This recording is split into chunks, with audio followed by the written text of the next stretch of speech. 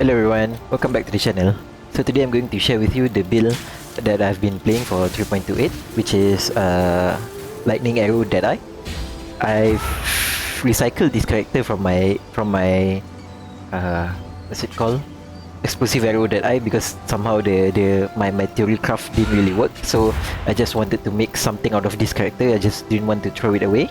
So I'm playing around with the new Voltaxic Rift updated in 3.28, where it now has the line treat enemy chaos resistant value as inverted. Okay, so in general, enemy chaos resistances are lower, and pinnacle bosses have, I believe around 30% chaos rest. So when you invert that, enemies chaos resistant become negative 30%. So in a way, this is better than the good thing about this is that we don't have to run despair, and it automatically buffs our attack in that sense. So the build will be using Lightning Arrow, mainly because, well, Lightning Arrow itself is a good skill, but it also has the line shock enemy as though dealing 290% more damage, and this allows us to use the effect from Voltaxic Rift, where it says plus 40% to maximum effect of shock, so we can inflict up to 90% effect of shock. And also because Voltaxic Rift has a high lightning damage roll, and it also has 100% of lightning damage converted to chaos. Okay, when we have chaos damage, the good thing about that is that, well, chaos damage itself is, number one, it bypasses energy shield, and number two, because we have the enemy chaos resistance is inverted, so it also has more damage from that line. And also because generally enemies don't really what to say, like modifiers for shrine and whatnot, doesn't really have the more chaos resistance modifier, so enemy don't generally resist it. And even if they do have a high chaos resistance, our Voltaxic Rift would invert that chaos resistance anyway, so it's just more damage in that sense. And the good thing about that also is because, okay, our chaos damage can shock, and then we use the new Foulborn 3 dragons, where it has the line you need to find some 3 dragons that have your chaos damage can freeze, and also your chaos damage can ignite. So our lightning arrow would then be able to shock and also freeze. Unfortunately, it cannot ignite because it's linked to void manipulation, and supported skill deals no elemental damage, so we won't be able to ignite it. But our chaos damage can ignite, so our mana forge arrow setup will hit the enemy with something that can ignite them, and then we use that to get our buff from the taming, so it can shock, ignite, and freeze. And then, okay, Lightning Arrow already deals 290% more damage. And another, what to say, concept of the build is that I'm also playing this, building this build to be as tanky as possible as a Deadeye. Like for example, I'm taking Windward, which has less damage taken, and then I'm taking Kintsugi for less damage taken if you've not been hit recently, and also I'm using Immortal Call with cast 1 damage taken, and comboing that with Race Spectre and Companionship for more Spectre life, and minions taking hit damage from their life before you. And I'm using a Perfect Wallet. It's been quite noisy here. He gives us Immortal Call and Enduring Cry, so it allows us to have uptime of our endurance charge to feed into our Immortal Call whenever we actually get hit. And then I'm using mostly defensive aura, Grace and Purity of Element. Grace for evasion rating, and Purity of Elements for, well, elemental resistance, but mostly being immune to all elemental ailments. And then I have Watcher's Eye here for chance to evade attack hits. So I'm playing this build to be as tanky as possible. Anyway, let's show the gameplay for a bit. Okay, so I'm just going to run the T16 map real quick right here. I'll do City Square because I'm actually currently leveling this character. Currently doing Betrayal also.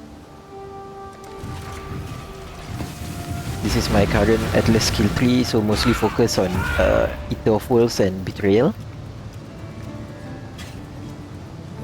The build, I mean, I didn't put all into clear because I don't think it really needs it, but of course, if you want to, you can actually sacrifice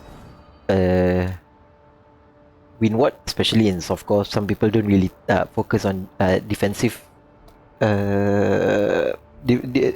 on the defense of their Deadeye, and you can take endless munition instead, so that your skill fires 5 projectile. Okay. Because I don't know, I don't think Deadeye really needs that much clear anyway. This is just with 3 arrows and high amount of projectile speed plus returning projectile.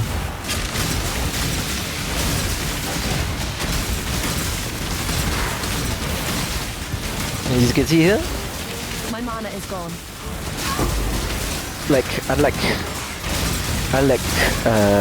glass cannon Deadeye, I can actually go to the like right up front to the enemy's face with not much of an issue.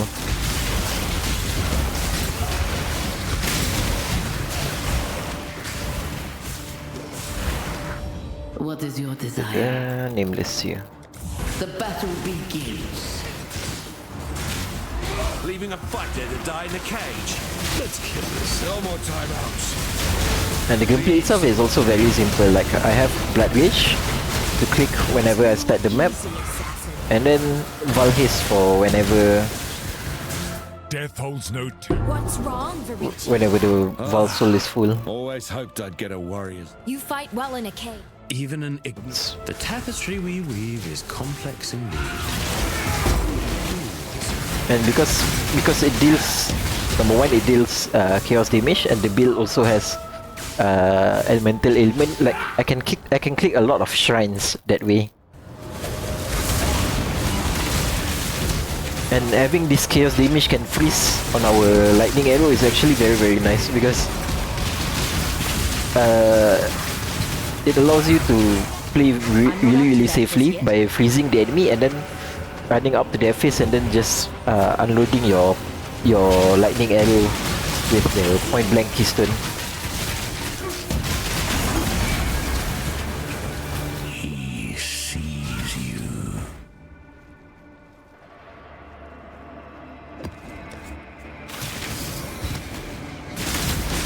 Yeah, I mean, I don't know.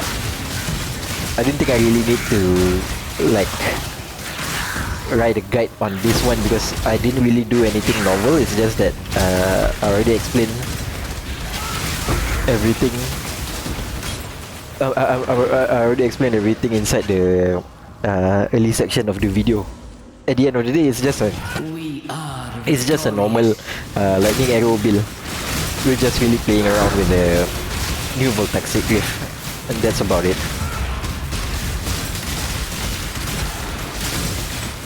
I mean, yeah, as far as Deadeye go, the clear can be much better. It's just that I like to have my build like more of an all-rounder, and because sometimes I like to be distracted when playing Path of Exile, so that's why I make the build to be much tankier than normal Deadeye.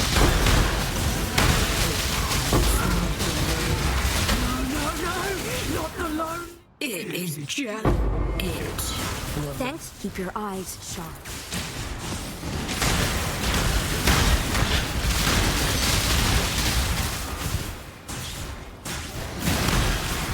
My mana is gone.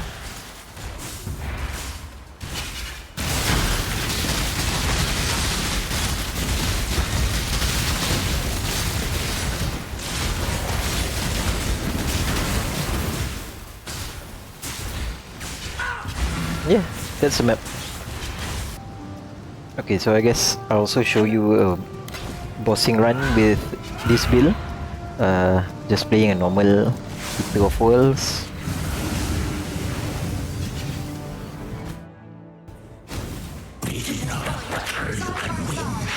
My mana is gone.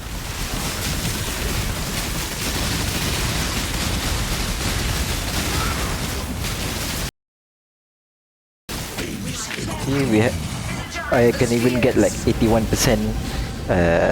shock effect on Eater of Will. So yeah.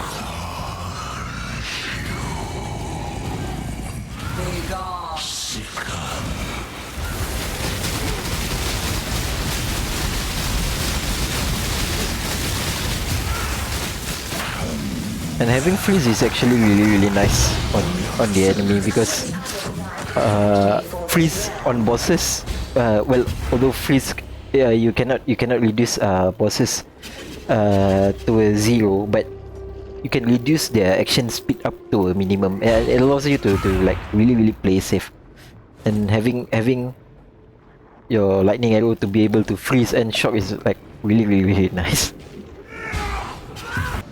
Okay, so well, I'll go over a little bit for the passive skill tree. Basically, there's nothing much to be said, except the build is taking point blank, and also having where is it? Is it here? Lethal Pride to solve our strength requirement, and also the most important notes are actually here: chance to deal double damage, because when you do actually deal double damage from your lightning arrow, that's typically when your shock will deal up to 90% more. I don't have a lots of chance to deal double damage, but I have a lot of life regen per second, because I just didn't want to spend much on Lethal Pride. This is actually, I'm supposed to upgrade this for more chance to deal double damage for at least 2 or 3, so that it allows me to shock more consistently. So that one. And then for Watcher's Isle, I recommend for chance to evade attack hits and gain flash charge when you deal critical strike. But I also found ones with increased movement speed while affected by glaze, so that's very nice for the build. It's not really fast, it's only 43% movement speed with 12% action speed modifier. That can goes up to 18%. So, sorry, more than that. 20% action speed modifier. So that's like I don't know, upwards of no wait. When I have onslaught, 63%, and then so like 70% more movement speed. It's not that fast, but it's decently fast. And then other than that, yeah, we're using Lioness Fall for this node right here, and also for critical strikes to have culling strike, so that's a lot of damage here. And yeah, nothing much to be said on the passive tree side. But for our gear, we have Voltaxic Rift already covered, and then Foulborn 3 dragons for chaos damage can freeze and ignite, also already covered. We have Kintsugi for less damage taken.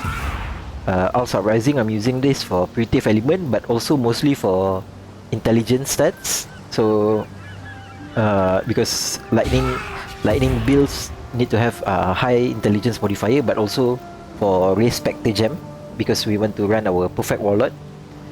And then we have Flame Dash for our movement skill. Immortal Call cost 1 damage taken. Okay, Sigil of Power again, something also for less damage taken, because it says enemies in area deal less damage while at maximum stage, and you keep this at level 1 so that it gain a stage when you spend a total of 72 mana. It's not really that hard, because the build attacks really fast, and it has instant leech and a lots of mana forge arrow setup as well. So this allows us to have the Sigil of Power stage gain up to maximum really fast. This one we're only using it for Valhace. And then for a gem, okay, Lightning Arrow, this is the link. I'll give you guys the POB also as well. Respecter, this is the link for companionship, and you need Perfect Warlord Corpse. I'll link it in the video later. Mark on hit, Assassin's Mark, because we don't need to use Despair. Okay, this guy is quite noisy during video recording. Blood Rage, and yeah, nothing much. Quiver is just DPS Quiver. Okay, for our Mana Forge Arrow, you want it to link it to here, Toxic Rain of Withering at low level, as low level as possible, because we're only using this for inflicting Withered debuff on nearby enemies. So it fires 5 arrow. Those arrows, those Toxic Rain all inflict Wither. So Wither does not affect resistances, but instead it increases damage taken on enemies. That together with shock allows us to have lots and lots of increased damage taken on enemy. And our secondary skill will be Storm Rain of Conduit. This is just for DPS because I initially use Ensnaring Arrow, but because I want to have Projectile Spears, so I changed it to something else instead. And Storm Rain of Conduit is also can also deal decent amount of My mana is gone. supporting DPS. And yeah, otherwise I didn't do much. Belt will be using Darkness Enthroned. You want these 4 mods right here: lightning damage to attack, global crit multi, life, and then lightning damage with bow attacks. Because as you can see here, our tooltip is 271k, 234. So there's like almost 20% of our DPS all from this Darkness Enthroned belt right here. And our flask will be silver, jade, amethyst, and bottle faith. And finally, bleed life flask. Again, if you want to have more clear and less defense, you can go for endless munition instead of windward. I just prefer to have my character even more tanky than I need it to be, so that's why I'm taking windward. Because I'm not really playing like super juice content anyway, so I don't think endless munition is needed for my build. And yeah, that's about it that I want to cover for this build. Again, I don't think I'm doing any guide anymore for this league. I'm just playing around because somehow not really interested in getting all my challenges for this league. Just playing around for ideas for next build. Anyway, that's it. Thank you very much. Bye.